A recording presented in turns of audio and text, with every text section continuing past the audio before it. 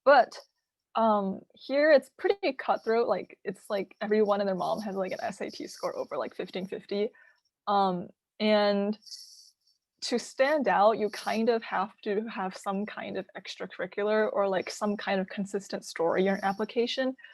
A lot of people start their extracurriculars very, very early. I would not, I don't know how it is in another competitive area, but that people start SAT prep in like 4th grade or 5th grade here.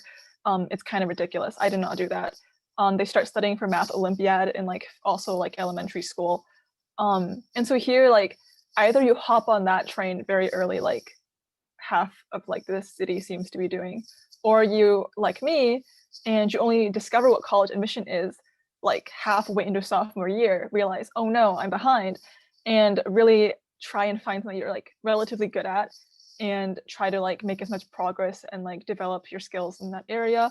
Participate in a lot of competition, just create a story that like you can tell when essays and like interviews roll around to show that you're like dedicated and that you can work hard and like you know what you want in life and stuff. So All right, thank you very much. And Carla asks, what would be a good major for pre-meds? Richard? Sure. I'm not pre-med, but I am friends with pre-meds. So in general, I know that med schools don't care about what you major in, as long as you take all the prereqs. So your like physics, your organic chemistry, your biochem, all that stuff. So you can major in whatever you like. There are some majors that are obviously going to align better with that. So if you take like, physical, we have a major that's chemical and physical biology, and that's basically just like check all the pre-med requirements. Maybe, but I think like, so if your goal is to kind of like get the pre-med recs out of the way and kind of have electives to do whatever you want, that might be a path take. I do also think that like I've heard through like my friends that med schools maybe like, I don't know if prefer is the right word, but they like to see diversity of interests. So maybe majoring in non-biology, maybe even just like chemistry or physics, something else like kind of in the general realm that'll help you kind of overlap with your requirements without just being like straight biology. Maybe that's helpful, but this got all kind of hearsay. Right, yeah, I think. Yeah, go ahead. Oh, did you want to say something? Oh, no, go ahead. Okay. I was gonna say, at least for Brown, because like you can major in like literally whatever you want and no one really cares or is there to tell you no. A lot of people at Brown do pre-med and major in like really wild things. Like I have a friend who just got in to med school doing anthropology and history. The key there is to make sure that you can talk about in your application like what skills that this major or concentration gave you that you can take into med school. So for him, I think he talked about like attention to detail and being able to connect with people on a more personal level and like knowing like the history of like anthropology and like the study of people and like how people work or whatever. Obviously, I don't really know further. I don't do anthropology, but also there's a lot of people at Brown who do computer science and go into pre-med and talk about how that also creates like more like technical skill and like the ability to handle tough coursework. So it really depends. Like Richard said, pre-med doesn't really care about your major. Diversity is a big thing. That's a trend I think that will still hold in the coming years.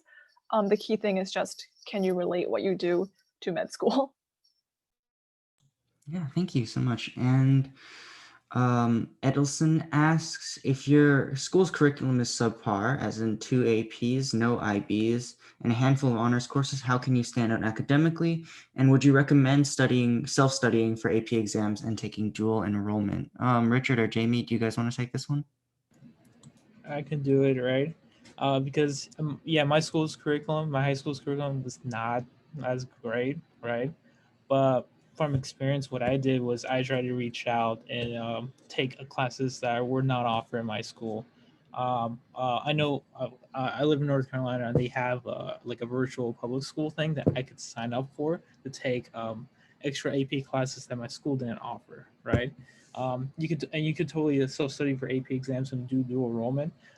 Just realize that for some of the top schools, right, you may like complete the credits for the dual enrollment for your community college or whatever, but so sometimes the top colleges don't take that as actual credit. You need to take those classes again. they usually see it as preparation for their college. The other thing I will say is that everything is within like the context of where you're from. You know, if you're not from, if you're, you know, if you're from an area that has less resources than, you know, say like very competitive areas like the Bay, then that's, you know, that's okay. You're not going to be compared directly against those kinds of kids with those resources and that kind of those advantages. I'll also say that, you know, I TA'd for intro physics, and there are, you know, you'd be like, I think you'll be very surprised, I certainly was, about like how many, like the diversity of preparation people have coming into college. There are a lot of kids I've met and I've TA'd for that haven't taken calculus because their high school didn't offer it, and they got in just fine. I have a friend, actually several friends who like, who, you know, who kind of came in, they were generally interested in STEM. Again, they hadn't taken calculus in high school, and now, you know, they, you know, the school kind of understands that like people come in with a very large range of backgrounds, and they'll work to, you know, get you caught up and all that kind of stuff. So yeah, so everything in context. Right. Yeah, that's a really good point about viewing applications case by case, right? And our next question is from Amrita, and Amrita asks, what schools would be most receptive to someone whose application centers around being interdisciplinary? Jessica, do you want to take this? Yeah. I did biochemistry and literary arts, which are two very different concentrations. And I think how I was able to weave a story between them is I was like talking about like obviously my extracurriculars I had done in both, but also what I plan to do with them together. And so when I applied, I actually wanted to be a journalist. Obviously, that's not happening anymore. But I was talking about how I wanted to go into scientific journalism and like bridge the gap between like technical knowledge and like scientific knowledge, and being able to communicate that to more people in a more accessible format. And so that's how I was able to create a more interdisciplinary approach to my application. But yeah, customize that to like your own needs. I think I missed like half the question because I was distracted. No, I think you answered most parts of the question just fine. And that also brings us to the next question, which is, I'm not sure like schools that prefer like interdisciplinary people, like interdisciplinary kind of studies or work is very like very buzzwordy. I don't know. It's very like very desirable for schools right now. That's kind of like what schools want to see. I'm not sure any schools prefer like interdisciplinary backgrounds over others. I think for like open curriculum schools, and obviously this only applies to what like 8 schools in the country, but like they especially value like I'm just gonna give them the word, that kind of study, just because they facilitate it so much. And so pretty much like I think like a third of Brown is double majoring or double concentrating. And like pretty much everyone takes classes in more than 5 departments. And so clearly like they're going for like a very interdisciplinary minded student that they're targeting in admissions. Especially because like triple majoring is definitely possible. And so I guess like our marketing is definitely geared towards like people who want to study in depth like 3 or more things that are only possible because we have literally no gen ed requirements.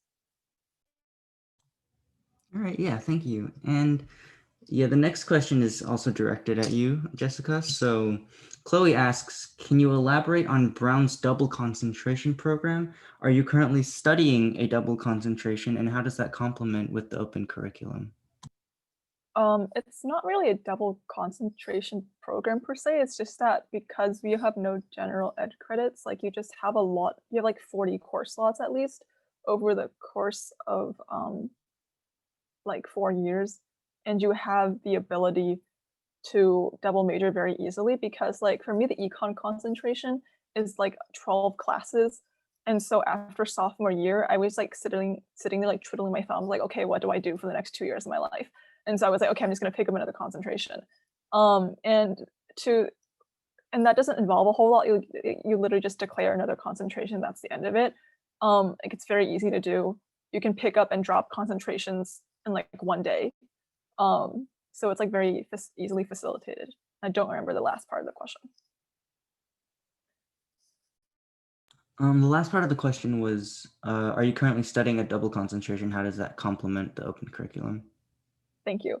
I'm doing a double concentration in economics and biostatistics. I don't know what you mean by complements open curriculum. It's definitely helpful that the open curriculum exists because I have so many course slots. So it's possible for me to like take stuff in whatever, in like a variety of different departments and have the time to double concentrate on top of that. But it's really not involved. Like pretty much any concentration background lets you study abroad. You can have all the perks of the open curriculum, unlimited electives, all that. So yeah, I don't really know what else to say on this topic. Sorry. All right, thank you so much for the answer. I think, not sure if you want to put in the chat if you want to like clarify some more, Chloe, but I think that answered most aspects of the question pretty well. And Ayush asks, how can I compensate for extracurriculars? I didn't take up any this year, and I think I can do the academic part pretty good. So Richard, do you want to take this? Sure. I guess the first thing I'll say is, you know, anything you do is an extracurricular. Like it doesn't have to be like, you know, specifically like science Olympiad or, you know, I don't know what else do people consider like they don't have to fit in kind of the mold a lot of people have about extracurriculars, I think.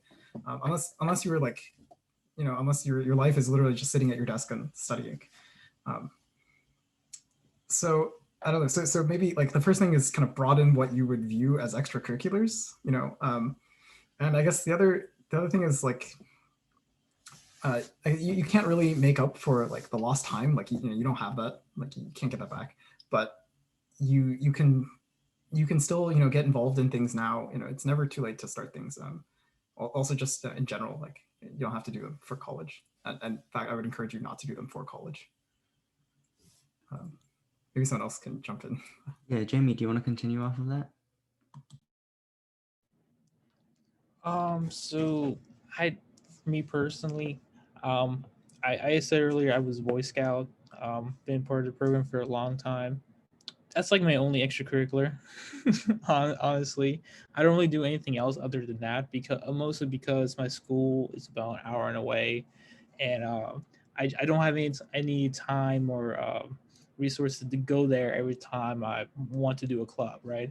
So I just did things in my local area. If you're talking about like a different part of your application to like academics and all that, definitely try your best. But if but you just try to do as much as you can, reasonably time management and all that. It's okay for any part of your high school year to just not do an extracurricular, right? As long as like maybe next year when the pandemic lessens, you can like take up extra stuff. Yeah, thank you so much. I think we're going to stick with you for this next question. And this question is from Lily.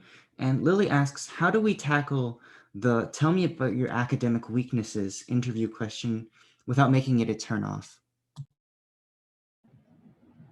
All right. Okay. So, for me, right, my academic weakness is definitely English, right? At least compared to the math and sciences. Um, if I were to be asked this in an interview, I would talk about how, uh, like, about my experiences in English class, what I try, my obstacles, and like how I try to overcome them each time, how I try to improve my grammar and literacy skills, right? And still trying to do that to this day. It's okay. Just don't say it as if it's super bad, right? You don't want to make yourself look bad. You definitely want to say this is my weakness. This is how I'm trying to improve. All right, thank you. And I think that brings us just about to the close of this AMA. So thank you so much to all the panelists and everyone who came and asked questions. Just as a reminder, this is EduVisa's first anniversary, and we're going to be having a little hangout call in the Discord server right afterwards. So if anyone wants to join us there, that would be great. And yeah, so thank you all for coming to this. And yeah, it's been a great experience. Thank you, Richard. Thank you, Jaime and Jessica, and also Matthew, even though he left a little bit early. Yeah, and thank you everyone who came and asked questions and registered beforehand for the questions. That was really helpful to get us started. I think just, if I may, like one last thing, don't be nervous about the interview. Like for most schools, unless you're applying for like a merit scholarship, they usually don't matter that much, especially if they're alumni interviews. They matter more if it's an admission officer that's interviewing you, but most alumni interviews don't matter that much. I literally got really nervous in my Brown interview, and my interviewer was the VP of Amazon at the time. And I literally got so nervous, and I asked her why my package was late, because that was the only thing I could think of for my last question. And somehow I still got admitted. So clearly I don't think that interview mattered very much. But yeah, just stay calm, have fun with it. It's a conversation with someone cool and interesting at a school that you want to attend. So don't think too much of it. Thank you. And as a reminder to everyone in the participants section, we will be posting the recording of this webinar. We will be sending out a link afterwards, so you can always come back and rewatch parts that you might have missed. Yeah, and just as a reminder, our Discord server is always open. You can always ask questions in the college chat. I know Richard, for one, is very active, and so is Jessica. So if you guys want to stop by, you can just say hi or just hang out with us. That'd be great too. Thank you so much, guys.